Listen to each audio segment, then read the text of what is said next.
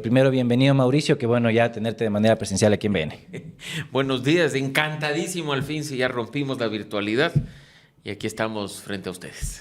En este informe que ustedes publican, 10 eventos monitoreados en campaña política, pero lo que llama la atención, o bueno, realmente no llama la atención, es que en la mayoría no se reportan informes quincenales y más que nada que en algunos de los que sí se publicaron los informes quincenales, no se publicó bien. ¿Cuáles son, aparte de estos detalles, algo que nos puedas comentar sobre el gasto electoral que tuvieron los candidatos en la primera vuelta, que recordemos que ahí también estaba con asambleístas? Partamos de que el trabajo que hace Ciudadanía y Desarrollo a través del Observatorio al Financiamiento de la Política no es nuevo. Ya son varias campañas seccionales, nacionales, en las cuales se hace un seguimiento de lo que los candidatos reportan de ingresos y gastos, de si efectivamente sus actos de campaña están siendo reportados y si cumplen con lo que dice la ley, el Código de la Democracia.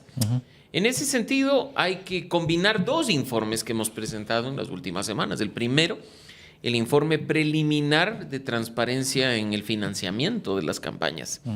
Y decir que resulta muy preocupante que durante la primera vuelta, un solo binomio presidencial haya cumplido con la presentación total a tiempo de los informes, los reportes de ingresos y gastos. 1 de 16. Ahora, que lo haya hecho bien está en duda, porque no se trata solo de llenar una raya en un papel y subir al sistema, sino de efectivamente hacer honor a lo que le están dando a una campaña y de lo que esa campaña está gastando. La campaña que completa los reportes durante la primera vuelta termina diciendo que apenas recaudó poco más de $100 presidencial y que gastó una cifra similar.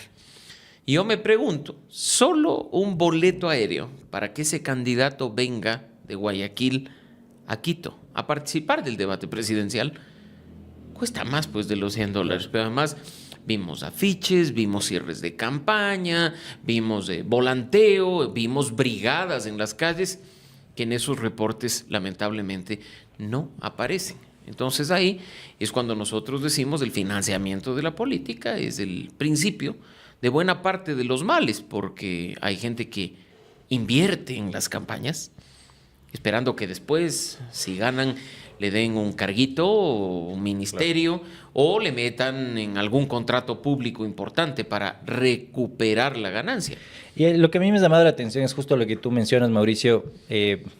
Dicen $100 me ingresó y gasté $100, pero hay otros que ya es más descarada la situación, como lo de Francesco Tabacchi, que dice que bueno, 0 ingresos, 0 gastos, o Leonidas dice que, si no me equivoco, es el gasto de $2.25. En uno de los reportes en uno de había los puesto reportes, eso efectivamente. de $2.25, que claro, no se condice con los eventos que realizan, que $2.25 no te cuesta, creo que ni la camioneta para llegar al evento donde estás haciendo, ¿no? Entonces, a partir de esto, ¿qué es lo que sucede con el control electoral, tanto del CNE, lo que pueden hacer luego con el Tribunal Contencioso Electoral? Porque parece que solamente luego se ponen a controlar a los que sí llegan a segunda vuelta o sí ganan, a menos que seas un Juan Esteban Guarderas, ¿no? Pero, y que ya luego te ponen ahí a cualquier candidato, a concejal o lo que sea.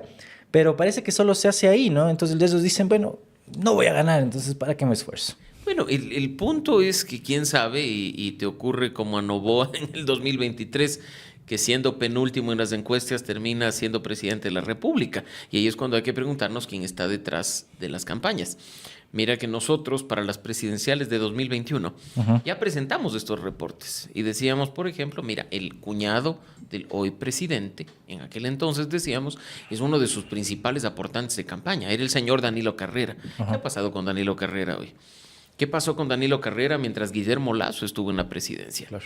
¿Por qué jugó un rol determinante, según se ha conocido? ¿Por qué la Fiscalía lo investigó? ¿Por qué la justicia lo ha sancionado? Entonces, por eso es importante estar detrás de quienes financian las campañas. Y claro, las candidaturas, las autoridades responsables en cada campaña, las organizaciones políticas se lavan las manos, en definitiva, diciendo, mira, el Código de la Democracia me da 90 días.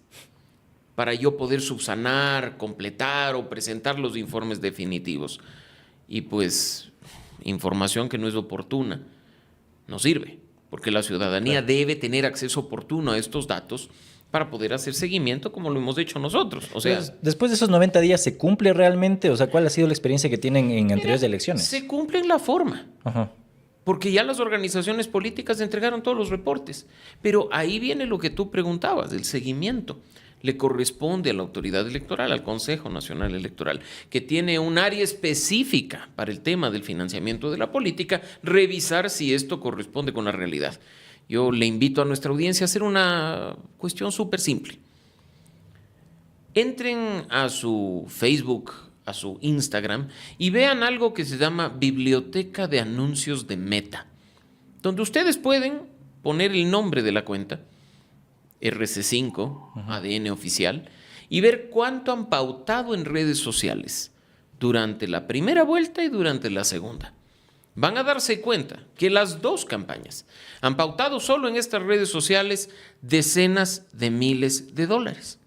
Con ese dato, vayan a la página, al sistema del CNE de transparencia en el financiamiento de la política. Y revisen ustedes si en los reportes de gasto las campañas están incluyendo lo que pautan oficialmente en redes sociales. Y ahí ustedes van a sacar la conclusión de que lamentablemente no se está rindiendo cuentas en un tema tan trascendental como este. Y claro, y justo lo que tú mencionas, es importante no solamente ver la forma, porque a mí me llama la atención en la candidatura de Daniel Noboa, por ejemplo. Que uno se mete a la biblioteca de anuncios de Meta y ve que voy a lanzar una cifra así referencial, $100,000 en pauta. Pero Daniel Noboa no tiene cuentas personales así registradas. Entonces uno dice, bueno, ¿de dónde saca la plata? ¿Hay alguna forma que ustedes han visto de poder hacer un tracking de este dinero, de dónde viene? Porque queda mucho la duda. Y aparte ese hueco legal de las redes sociales, ese hueco que se acaba, o sea, hasta el jueves tenemos campaña, luego hay silencio electoral, pero todo sigue activo y todo se sigue diciendo. Y hasta el domingo incluso sigue la campaña electoral en redes y nadie puede hacer absolutamente nada. ¿O sí puede? Mira, yo creo que lo principal acá es que el periodismo responsable y la ciudadanía nos activemos para hacer seguimiento. El control social es mucho más importante que el control de los entes, de las instituciones, de las autoridades, que hemos visto lamentablemente obedece a coyunturas o a situaciones particulares y no a lo que significa cumplir con la Constitución y la ley. A mí me encantaría que nuestros informes sean tenidos en cuenta por las autoridades electorales para más que simplemente un agradecimiento. O a veces para que con esa información amenazan la asamblea. Afortunadamente con la autoridad electoral no pasa. Mira bueno. que hay una buena relación con el CNE y la información y los datos son corroborados, discutidos, hasta en reuniones. Pero yo quisiera que fueran un poco más allá, ¿no? Que dijeran, sí, es cierto lo que ustedes están diciendo, hay un incumplimiento y una obligación en el Código de la Democracia y vamos a iniciar los procedimientos que corresponda ante el contencioso electoral para que se sancione a los responsables. Mira que aquí tú tienes responsables de campaña, candidatos y responsables de organizaciones políticas que por incumplir la rendición de cuentas del financiamiento de sus campañas, de la política, pueden hasta perder los derechos de participación. No es solo un tema de multas, pero hasta perder sus derechos de participación. Nosotros utilizábamos jocosamente una anécdota en el tiempo reciente. Hicimos seguimiento del financiamiento de la política en las elecciones seccionales pasadas, las de inicios de 2023. Y, por ejemplo, en la campaña, en la carrera por la alcaldía de Cuenca, nosotros dijimos que Verónica Abad, como candidata, no rindió cuentas de sus ingresos y de sus gastos. Una campaña que en Cuenca se vio muy bien desplegada, terminó presentando informes con cifras realmente ridículas.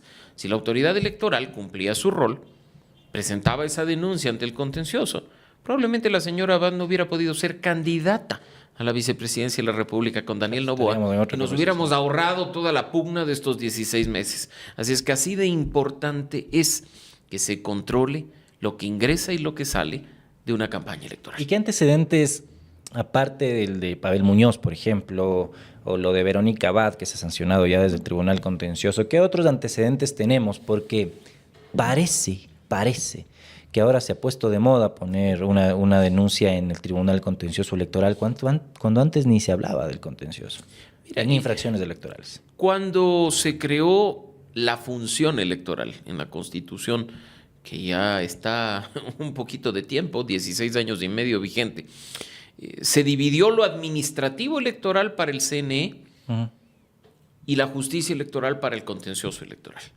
Y originalmente, durante los primeros años, los jueces electorales fueron los que dirimieron, por ejemplo, calificación de candidaturas. El CNE decía no cumple con los requisitos, se presentaba un caso ante el contencioso y el contencioso les habilitaba. Se impugnaban resultados de elecciones y era el contencioso electoral el que dirimía.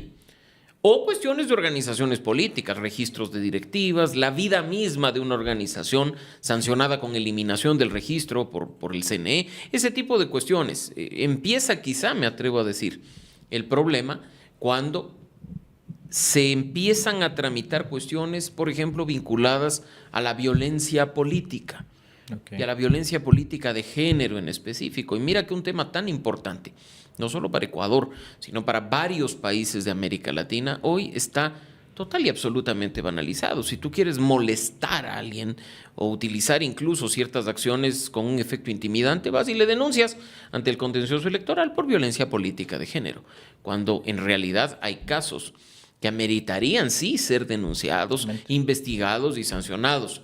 ¿Por qué se habla en América Latina de violencia política de género? En el Ecuador muchos casos, sí, pero también en América Latina por cuestiones tan brutales como la sucedida hace casi 13 años, o ya son 13 años, en Bolivia, con una concejala, Juana Quispe, que fue amenazada, extorsionada, intimidada y finalmente asesinada brutalmente. Hay argumento. Por su suplente. Porque lo que quería es que ella se quite de en medio para él titularizarse en la concejalía de un municipio en el departamento de La Paz, en Bolivia. Y ahí hubo un castigo ejemplificador, se demostró que era un asunto brutal de violencia política de género, pero ahora presentas cualquier cosa, ¿no? No te gustó lo que dijo alguien en redes sociales y le denuncias. Entonces ahí es cuando se va banalizando un tema importante. Y deslegitimas también. Y se va deslegitimando una causa que ha sido de años peleada por los grupos de mujeres y que en este momento debe revalorizarse porque sin duda hay cuestiones que sí ameritarían ser tratadas por la autoridad electoral en esta materia. Y para hablar un poquito más, pero ya sobre la Asamblea Nacional, ese tema que a todos nos gusta, porque la Fundación Ciudadanía y Desarrollo también ha levantado informes sobre el trabajo de los asambleístas. ¿Podrías, no sé cómo podrías evaluarlo, digamos, rápidamente esta Asamblea Nacional a comparación de las anteriores, donde estuvo Guadalupe Llori, donde estuvo Saquí Cela también como presidente? Es una asamblea que es que no sé ni cómo calificarlo. ¿Cómo lo calificas tú? Mira, es una asamblea que ha pasado mucho tiempo en proceso electoral. Así como tan pronto Daniel Noboa asumió la presidencia, ya vio que tenía que correr para un periodo completo. Una situación similar ha ocurrido al interior de la Asamblea Nacional. Tenemos una asamblea en periodo electoral permanente. Son muy pocos meses al inicio de este corto tiempo que se dedicaron efectivamente al tema del acuerdo, del consenso, de la unanimidad en la aprobación de ciertas leyes económicas urgentes, lo cual fue, independientemente de los errores, positivo para el país. Pero mira lo que ha pasado durante los últimos meses y lo discutíamos en un panel con representantes de las dos organizaciones políticas en un medio hermano hace pocos días. Se han dedicado simplemente a hacer juegos electorales a propósito de la primera y la segunda vuelta que estamos viviendo, cuando el legislativo debería estar concentrado en darle leyes útiles al país para solucionar los problemas de inseguridad, de crisis económica y falta de empleo y lucha contra la corrupción, o fiscalizar actos de trascendental importancia cuando se está haciendo una mala gestión pública o se están incumpliendo funciones de acuerdo a lo que dice la Constitución. Pero no, o sea, mira que hemos tenido en este último tiempo cosas tan simpáticas como que 5 minutos después de que se revelan los benditos chats de la Liga Azul, se presenta un pedido de juicio político y se escandaliza con complicidad de ciertos medios de comunicación porque no se califica el juicio político. ¿Y qué hacemos si no se cumple con los requisitos? O sea, más del show que hicieron en una rueda de prensa, ni siquiera presentaron el número de firmas de apoyo que la ley ordena para poder tramitar un tema de estos. Show político. Del otro lado, que sí, que no, que funcionan, no funcionan las comisiones, que se publicita, que no se publicita, el secretario de la Asamblea teniendo un rol mucho más activo del que tradicionalmente un secretario ha tenido en un franco juego electoral.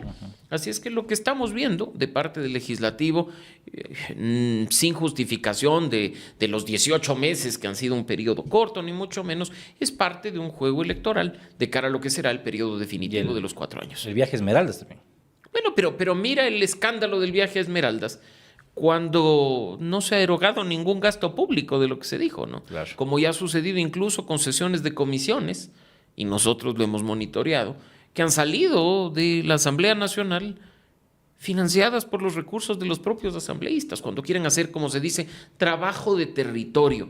Pero se utilizó de un lado como algo electoral, en el sentido de estamos en Esmeraldas por la tragedia que se sigue viviendo en nuestra hermana provincia, y los otros diciendo aquí se está malgastando recursos públicos en un acto electoral. Entonces, de nuevo, pugna, show, mediatización de ciertas cosas, en lugar de enfocarse en lo que realmente importa. En medio que vamos a tener igual una asamblea así, ya que viene más equilibrada supuestamente, pero no se sabe cuándos van a jalar para un lado y cuándos van a jalar para el otro. Mira, yo no sé si ese equilibrio sea saludable en un sistema como el nuestro, pero la ciudadanía reclamaba un bipartidismo y su voto lo ha plasmado. Ahora tienes dos grandes bloques monolíticos, Revolución Ciudadana con 67 asambleístas, ADN con 66, minorías, muy minorías, 9 legisladores de Pachacuti, 4 del Partido Social Cristiano, Venga, algo por ahí servirá. 4 de movimientos locales, y los números mágicos con una asamblea de 151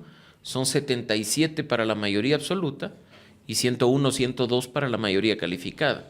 Y lo que va a pasar es que si no hay un sentido de país y una responsabilidad de lo que la representación implica, pugnas, bloqueos, que podrían incluso acarrear en el cortísimo plazo una nueva activación de la muerte cruzada desde el Ejecutivo. Así es que yo creo que hay que jugar con ese tipo de escenarios, ¿no? Tú sabes que quien llega a la presidencia tiene muy pocos meses para darle al país un plan nacional de desarrollo para sus 4 años. Y ese plan nacional de desarrollo, una vez puesto en vigencia, implica activación de la institucionalidad pública.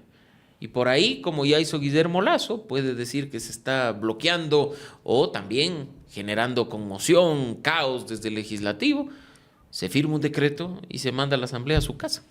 Así es que yo creo que hay que estar preparados para Más todo. inestabilidad. Lo cierto es que veo difícil en el momento actual que se viabilice una real gobernabilidad en cuanto a relación ejecutivo-legislativo con la composición que tendremos en el legislativo desde el 14 de mayo próximo. Y cualquiera que suba, eso es lo verdad. Cualquiera que suba. Te agradezco mucho, Mauricio, por la entrevista y espero que podamos conversar el domingo, quizá no de manera presencial, pero después de las elecciones, como para ver ahí, conectarnos un ratito, unos 10 minutitos, unos 15, para hablar sobre los resultados y qué es lo que nos dicen los de Exit Poll, aunque dicen que a las 9 de la noche recién van a sacar comunicado. Ojalá tengamos resultados el domingo, Eso es porque si se cumple lo que dicen las encuestas, esta cercanía entre el ganador y el perdedor, hasta que no se cuente el último voto, va a ser un poco aventurado declararse o declarar ganador a uno o a otra. Así es que ojalá no sigamos lunes, martes, miércoles esperando y que pues los ecuatorianos votemos, asumamos con responsabilidad el resultado del voto y nos preparemos para lo que significa un trabajo conjunto y colaborativo durante los próximos 4 años. Te agradezco, Mauricio.